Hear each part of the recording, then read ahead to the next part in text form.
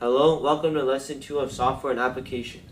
My name is Joshua Wang. Today we will be exploring operating systems. So, our main question is, what is an operating system? An operating system, or OS for short, is software that manages computer hardware and provides a user-friendly interface for users to interact with. So, some of the key functions of an operating system are hardware management, and hardware management manages and coordinates the various hardware components of a computer, such as the central processing unit, memory, storage, and input-output devices. Next, we have software management. Operating systems oversee the installation, execution, and termination of software applications, ensuring they run smoothly. Next, we have user interface. User interface serves as a bridge between the user and the computer. User interface facilitates human-computer interaction through graphical user interfaces, command line interfaces, and touch-based interfaces. Then we have task scheduling. Task scheduling effectively allocates system resources to different tasks or processes, ensuring that no one task monopolizes the system. Now we'll be talking about UI. UI or user interface is the part of an operating system that we see, touch, and hear. UI encompasses user interaction. User interaction defines how we engage with the system, be it through mouse or keyboard, touchscreens, voice commands, or other input methods. UIs also have visual, auditory, and tactile elements. It comprises everything we perceive while using the system, including the look and feel, sounds, and haptic feedback. UI also inputs commands, provides data, and receives feedback. A well-designed UI facilitates the seamless flow of information between the user and the computer. And UI aims to be user-friendly.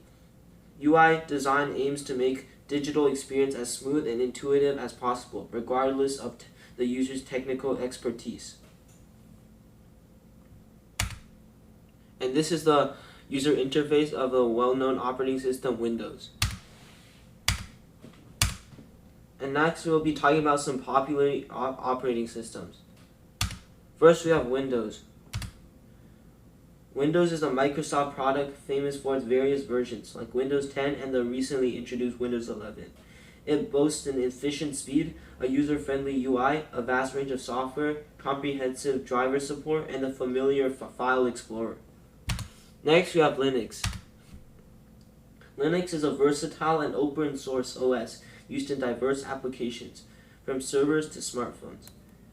And finally, we have Mac OS.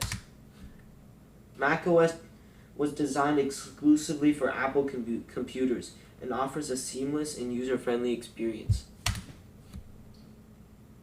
So now we'll be diving deeper into Windows. Windows, as I said before, has various systems, including Windows 10 and the newly made Windows 11. Windows also has really efficient speed. It has really high performance and ensures a smooth and responsive user experience. Windows is also known for its user-friendly UI. The intuitive user interface makes it accessible to a wide range of users. Windows also has a user-friendly UI. The intuitive user interface makes it accessible to a wide range of users, and it can be understood by beginners or experts. Then, Windows also has a vast range of software. Windows provides access to an extensive library of software applications to cater to diverse needs. So next we have comprehensive driver support. Windows accommodates a wide variety of hardware thanks to its extensive driver support. And finally, we have File Explorer. File Explorer is unique to Windows and is a good tool for organizing and managing files. So now let's dive deeper into file management. File management is a process of organizing, storing, and manipulating digital files and documents in a way that allows for easy access, retrieval, and maintenance. Hey Justin, can you show us how to manage your files effectively? The following tutorial is only for Windows 10 and 11 users. If you want a tutorial for Linux or Mac OS, I will link down the tutorials in the video description below. Yeah, I can take it from here, Joshua. So, let's say you want to make a folder. The first thing you want to do is go to your home page, right click on the screen, and then you can go down to new and then press new folder. Now that you have a new folder, you should probably rename it, so you can rename it to whatever you want. So since this is a software and applications course, I can name it software and applications. Now, let's just say you want to rename it. What you can do is you can right click on your folder, go to show more options, and then you can press rename. I can rename it to like software lesson 2. So why are folders so important? Folders are important for us because they can help us organize our materials and all of our work. Okay, moving on.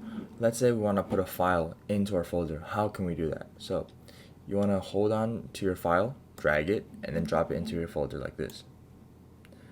Now, once we open our folder, we can see that the file is now in our folder. Now, if we want to remove the file from our folder, we can drag it and then drop it back onto the desktop. And yeah, that's basically everything for file management on Windows. And that's it for today's video.